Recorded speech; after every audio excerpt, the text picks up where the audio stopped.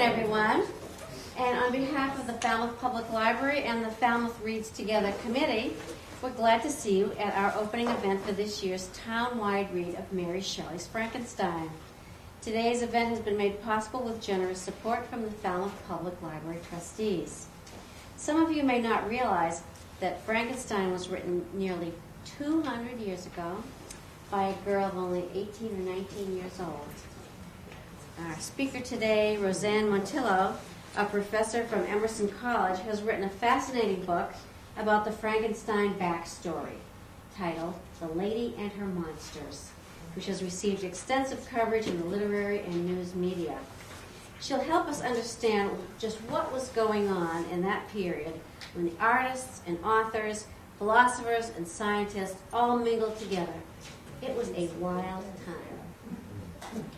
And after her talk, actually, she says that even during her talk, she'll be happy to take questions and, discuss issues that come up.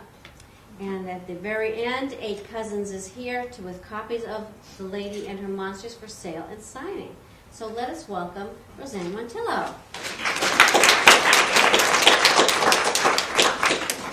Thank you so much for coming. I know it's very cold out, so it's nice to see all of you. And as Adrian mentioned, feel free to interrupt me at any time. I'm sort of used to it. I teach, so my students bombard me at any moment as I talk, so feel free to do that at any time. I actually became fascinated with Mary Shelley many, many years ago, but I actually didn't start really digging into her life and her work until I went back to Emerson College to teach. Frankenstein was on the syllabi for my class called Forbidden Knowledge. And it was all a class for freshmen, and it was slated for 8 o'clock in the morning. Mondays, Wednesdays, and Fridays, all freshmen, all new students. I had a suspicion they weren't going to be too thrilled about reading a book that probably they had read already in high school. So I knew that something more had to give to make them not only understand the book a little bit more, but actually sort of make it a little bit more fun, more interesting, have a little bit more details about what really happened into the life of Mary Shelley. And you'd be surprised how enticed and really excited students get when there are dead corpses and electricity and real life grave diggers. And, it's not just about a 17-year-old running away with her lover. I mean, that's all fine and dandy, but when you have some old guy really digging into cemeteries, that really gets them awake. And it really worked. Surprisingly enough, that really got them really excited. And it got me thinking that maybe just as my students were excited to hear the backstory about Frankenstein, maybe other people would like to hear what really went on, behind the scenes. Because Mary Shelley, she didn't really lie about how the story came to be, but she perhaps embellished things just a little bit. If you have read Frankenstein, and what Mary Shelley said in her introduction to the book, which was not included in the 1818 edition, but she actually added that in the 1831 edition, just to explain a little bit how she came to the book. She wrote that the story came to her while she was on Lake Geneva with her then sort of lover, boyfriend, call him what you will, eventual husband, a guy she had run away with. She was having a really love affair with a man she wasn't supposed to. But she was on Lake Geneva with her boyfriend, her stepsister, Lord Byron, and a few other people on the lake. And she tells in her introduction that they were just enjoying themselves.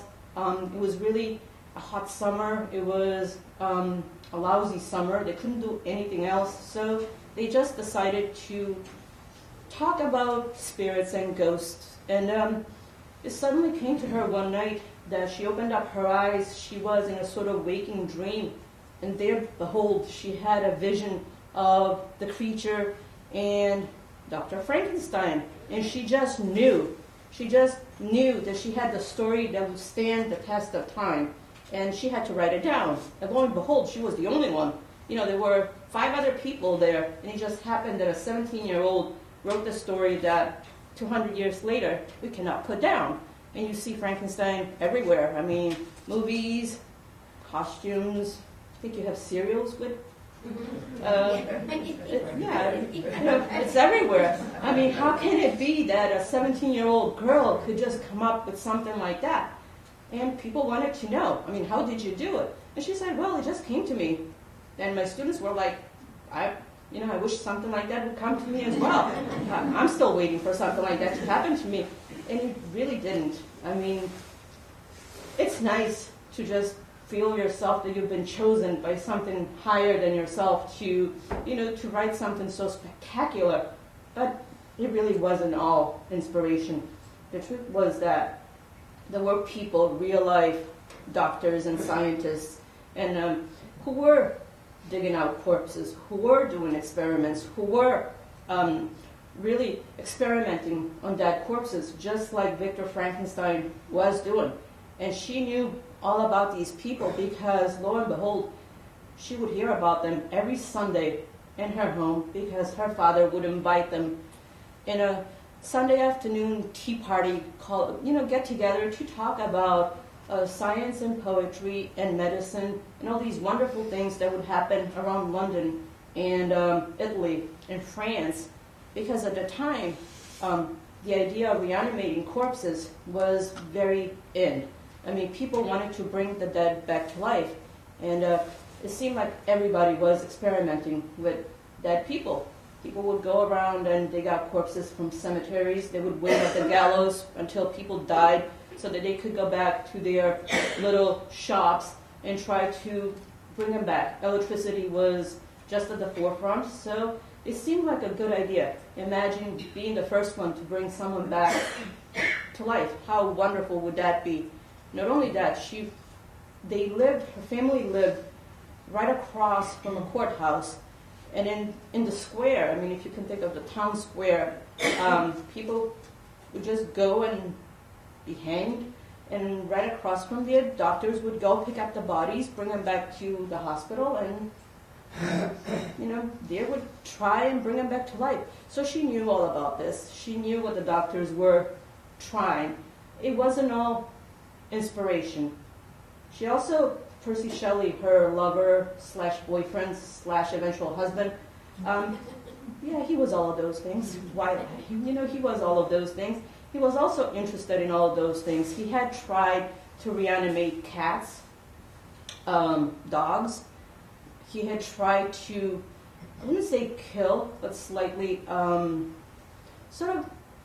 maybe kill is a strong word, but just allow his teacher's son to pass out so that he could spark him back to life and see if he would come back to life. Of course, he was expelled from school, for trying something like that, but he was really interested in this sort of thing, so he would teach her all these little experiments, all these little things. He would teach her about science and medicine and philosophy and all these things that people wanted to learn about. So it really wasn't all inspiration. It was all science. It was all medicine. And some of the doctors that they would study and talk about were Luigi Galvani, who was an Italian doctor in Bologna.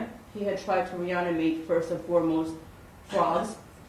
But frogs were not that fun. I mean, who wants to bring back a frog back to life? I mean, no one cares about frogs. Eventually, his nephew, Giovanni Aldini, tried with cows and dogs. Those are a little bit better. I mean, we all had dogs, so, eventually when they die, you want to bring them back, but even that wasn't that fun. What you really wanted was a good dead body to bring back to life. So he was the first one who really, really tried to bring someone back to life. And it just happened that the first experiment that happened was in London, right across the street from Mary Shelley. And she knew all about this. She knew all about Giovanni Aldini. She knew all about the man that he tried to bring back to life.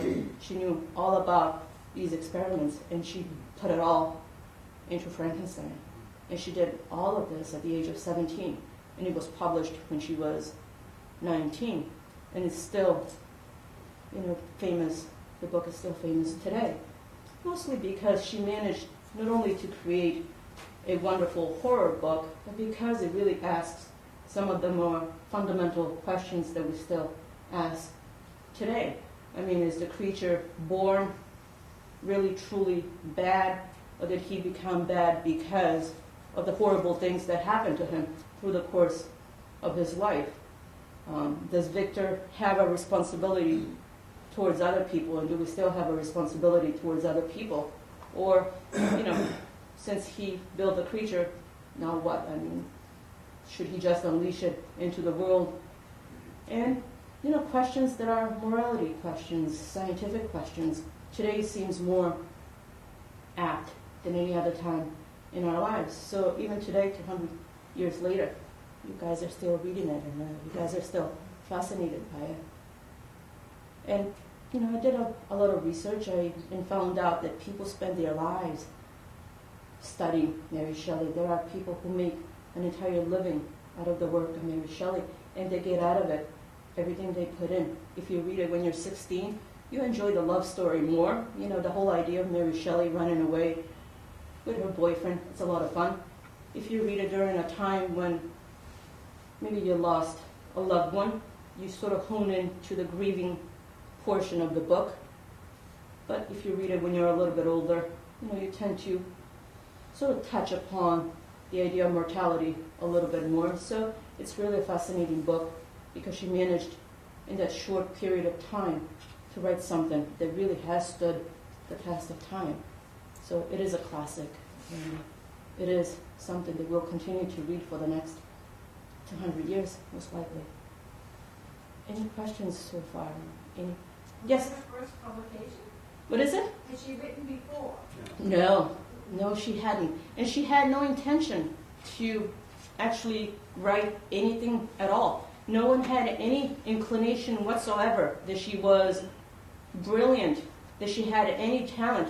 I mean, people had expectations about her. She was the daughter of two very famous, brilliant people. Her mother was Mary Wollstonecraft, the first feminist to sort of land on English shore, and her father was a political writer, also very brilliant. So, I mean, when you're the daughter of two such icons, there are expectations, but no one really imagined that she had those things in her. And she had no idea that she would want to do something like that until Percy Shelley sort of nudged her towards that direction. He wanted that for her. He felt that because she was the daughter of such two important characters, it was her responsibility to continue the legacy, whether she liked it or not. So, I mean, when you have that kind of pressure, whether you like it or not, you have to do something. So this was her first book. And she wrote many more after this. How many of you remember anything else? Lots of novels, short stories, articles, diaries, travel logs. Anyone else? Why not? Why not? There is a good... People have various ideas as to why no one really remembers anything else. Yeah. Were they more typical of just the general things that people were writing at the time? A lot of people have the impression there are records that her husband, Percy Shelley, touched up Frankenstein quite a lot. Person, thought you had your hand. No, I was just thinking, as you, over the last 20, 25 years, we see more and more complex creatures being cloned. And in fact, cloning that in fact not only simply reproduces, but actually alters what in fact is being cloned going forward. And I'm struck, reading Frankenstein, with the fact that all his life he has bent himself upon this task of being the new Prometheus. That is, the creature who makes a man, in fact, a superior man. And at the moment it occurs, the moment that in fact he has done it, he has created something that is totally unnatural in a sense. Yeah. He has virtually a physiological reaction of horror against what he's done. Mm-hmm. He runs. Mm-hmm. He's frightened. He's completely out of control. And it should be the best day of his life. It's the moment when he should be reaching a kind of point of exaltation. And yet should be. There's something dark inside him that recoils from that. It's a little bit like whatever husband would have written something like that. But that's exactly what he does. And of course, when he comes back, the creature is gone. Intentions were benign. Right. He started off, and that's sort of the crux of the book. He started off with very benign intentions, even though, I mean, one has to argue with that. When someone tells you, and I have a colony of people who will call me their master, well, how benign is that? I mean, if you want people to, sort of creatures to call you a master, that's nothing really benign about that. You're sort of creating a whole sect of people who are going to be your slaves. So really, there's nothing benign about that. So what was your intention to begin with? Did you even know what you were creating? You didn't. That brings up the whole idea of unintentional consequences. Were they unintentional? Well, Mark Twain deals with this in The Mysterious Stranger, where something seems to be good and helpful to people, and as time unravels, you find that it's a horror show, that you really can't always judge what is occurring and give it a valence of good or bad. But it really, until it plays out. When the creature came alive, it wasn't a horror show. I mean, he had accomplished what he set out to do. He had worked for a couple of years. He had accomplished everything he had wanted for the past, 2, 3, 4 years. Everything had come into being. So this was benign. This was benign. Everything he wanted had finally come to life, so to speak. What was wrong about it was his running away from it. It was his own terror and horror at what he'd done. Yeah, there was really nothing wrong. If he had stayed behind and taken possession of that and taken responsibility for his creation, so to speak, perhaps everything afterward would have been benign.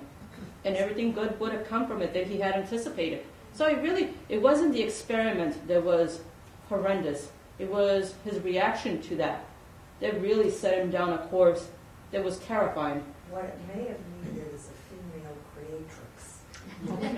Very nice. And why is she not there? Mary Shelley's making a point. What are they doing? They're going against nature. Yeah. What they're creating, they're sort of surpassing. They're doing away with women altogether. You have Victor, who's a man, and the creature who eventually wants Victor to create a female for the creature himself without, women being in the picture altogether. So you have man doing away with women altogether. So you have these two clumsy guys, one who's a creature, one who's slightly demented, if you want to call him that, trying to supersede nature altogether. And Mary Shelley's telling you what? Once you go against nature, it backfires on you. You cannot really mess around with nature unless you're ready to tackle the consequences. And neither one of them. Yeah. Because atomic energy. Yeah. It's because birth without maternity. Yeah. A lot of my students are usually sort of upset because you don't have really strong female characters, and I tell them, you don't. Nature. She's seen as the strongest female character in the book, and Mary Shelley behind the scenes is telling you what? You don't go against nature. Because if you do, she's going to really make you pay for that. And it'll come back to you. And it's not by coincidence that the rhyme of the Ancient Mariner is touched upon in the early pages. I don't know how many of you remember that from high school. And it's the story of the mariner going against nature once again. And Mary Shelley knew that story by heart. And she's sort of quoting from that, to tell you once again, you know what, nature. Spiritual albatross? Yeah, the albatross. It was the mariners who. The spirit of freedom and life? Not if you shoot him down, he's going to bite back.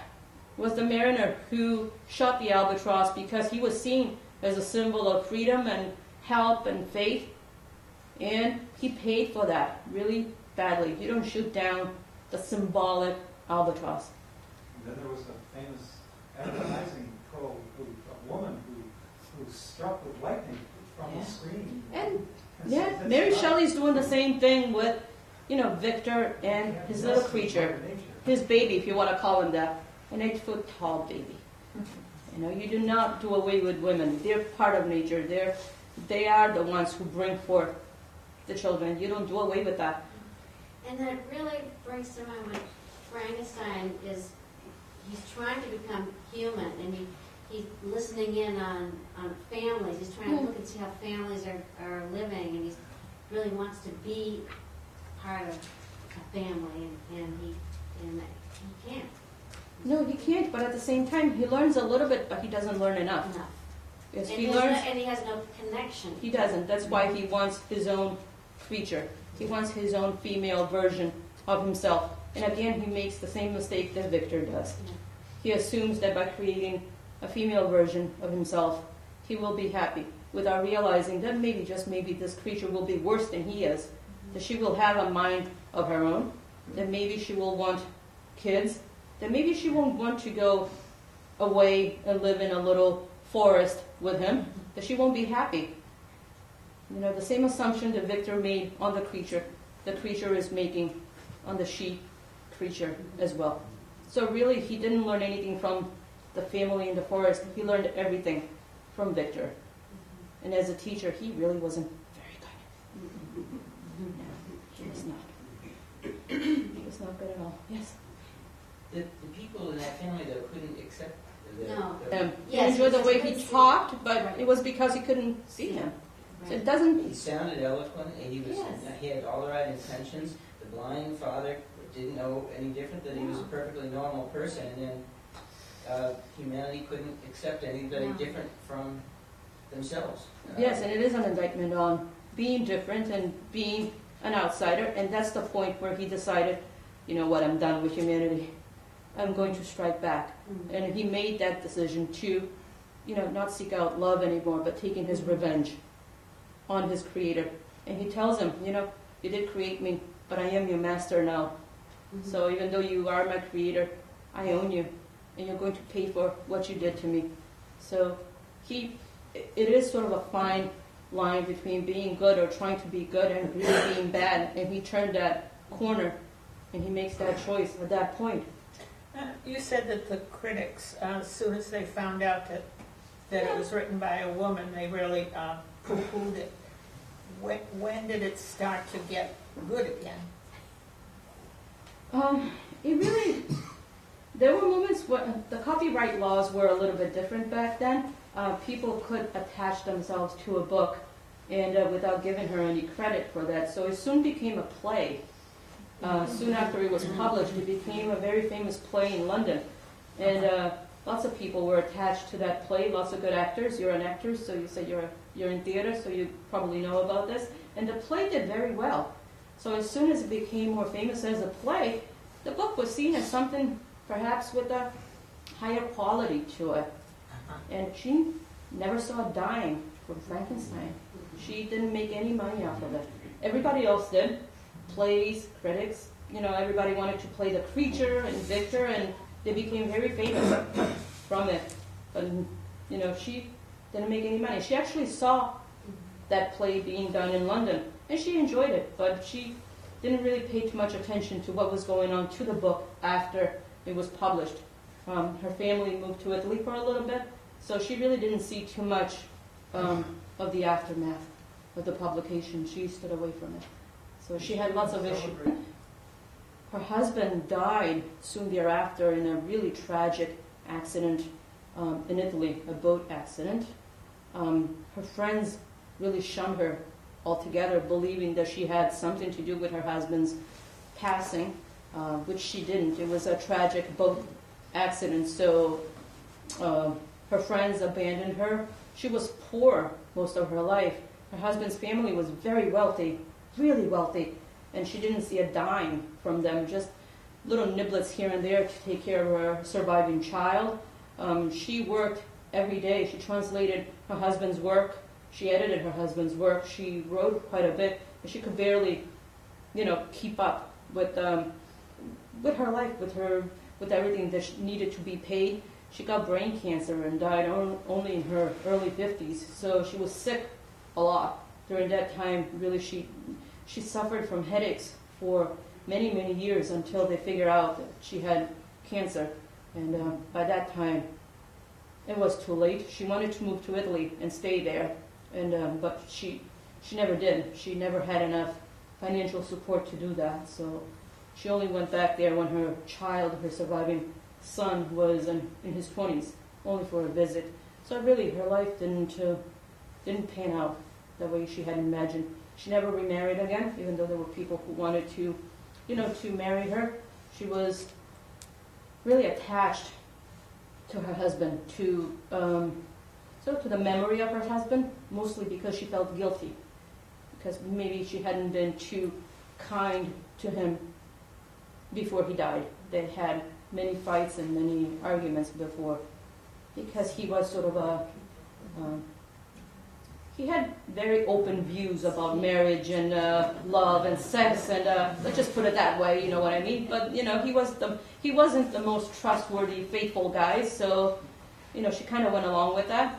It is said that he had an affair with his stepsister, and most likely he fathered a child with Mary's stepsister. So there were lots of things that really bothered her.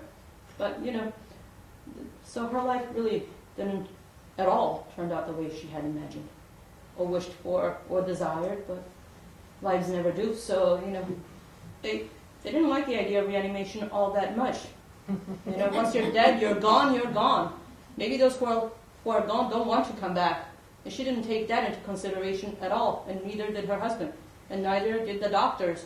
Were seances popular during this time? When No, that happened a little bit later. That's a little bit later, mostly in the 1840s. It's okay. It's been enjoyable. With us. And I think that we are very grateful.